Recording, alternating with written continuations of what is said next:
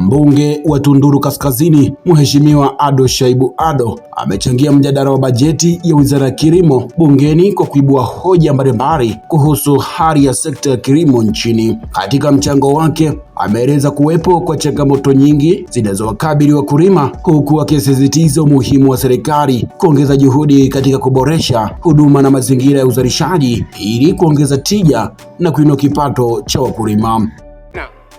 Sioni kama tunaweza kumpima ipasavyo waziri wa kilimo. Nayasema haya kwa makusudi. Ukitazama na kamati yetu ya bunge imefanya kazi nzuri sana, utaona kwamba bajeti iliyowasilishwa leo imeporomoka kwa 7%.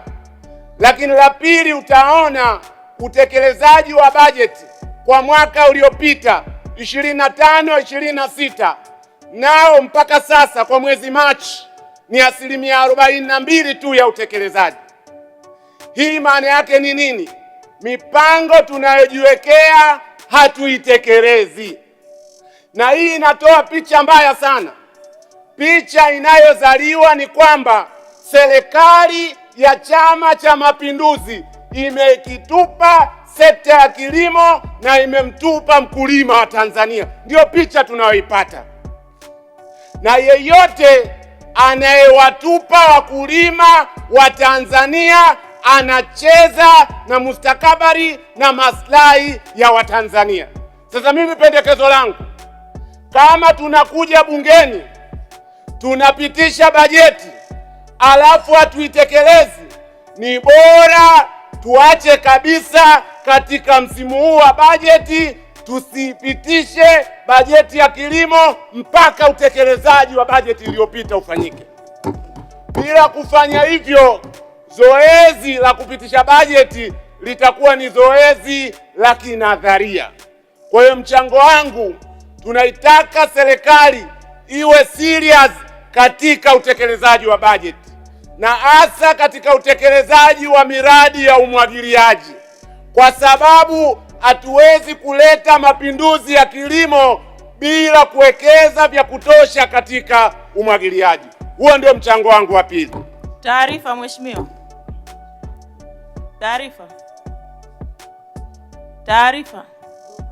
Taarifa mheshimiwa. Mheshimiwa Mwantumu Zodo. Asante mheshimiwa mwenyekiti. Mheshimiwa mwenyekiti, naomba nimpe taarifa mzungumzaji Daktari Samia Suluhu Hassan kwa kupitia wizara yake kwa kuliona hilo kuwa nchi haiwezi kusonga mbele kwenye kilimo bila miradi ya umwagiliaji. Licha ya kuwa amepeleka pesa kwenye miradi, lakini amenunua magari 26 kwa ajili ya kuchimba visima ili kusapoti miradi hiyo. Na hivi ninavyokuambia mheshimiwa mwenyekiti, magari yapo site, yameshatoka mkoa wa Dodoma na sasa hivi yamehamia mkoa mwingine na yatazunguka nchi nzima. Licha ya kuwa miradi ya umwagiliaji ipo, lakini na magari yanaendelea kusapoti. Asante mheshimiwa mwenyekiti na kushukuru. Mheshimiwa Ado, unaipokea taarifa hiyo? Siipokei taarifa hiyo. Siipokei, ndio maana nilitanguliza shukrani kwa kamati yetu ya viwanda, biashara na kilimo. Taarifa kwenye kamati inaonyesha kwamba miradi zaidi ya 50 ya umwagiliaji ambayo ilipangwa kuanza haikuanza kabisa, na miradi mingine ambayo ilianza inachechemea. Na haya ninayoyasema yapo jimboni kwangu. Mimi nina mradi mkubwa wa umwagiliaji wa skimu ya Nambalapi, mpaka sasa unachechemea, ilibidi mwezi Januari uwe umekamilika. Kwa hiyo haya tunayazungumza kwa ajili ya mapenzi kwa taifa letu, kwamba serikali iwe serious kwenye utekelezaji wa bajeti. Huo ndio mchango wangu wa pili. Mchango wa tatu na wa mwisho, serikali imefanya vizuri sana kubadilisha sera yake kutoka sera ya zamani ya kuingilia fedha za kwenye mifuko maalum ya uendelezaji wa mazao. Kwenye korosho tuna export levy. Muda wako umeisha mheshimiwa.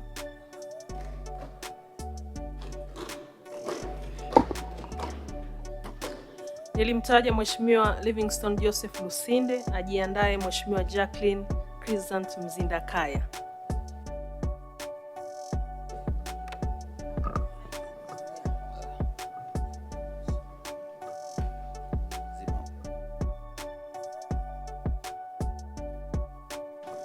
Ado, achia maiki yangu.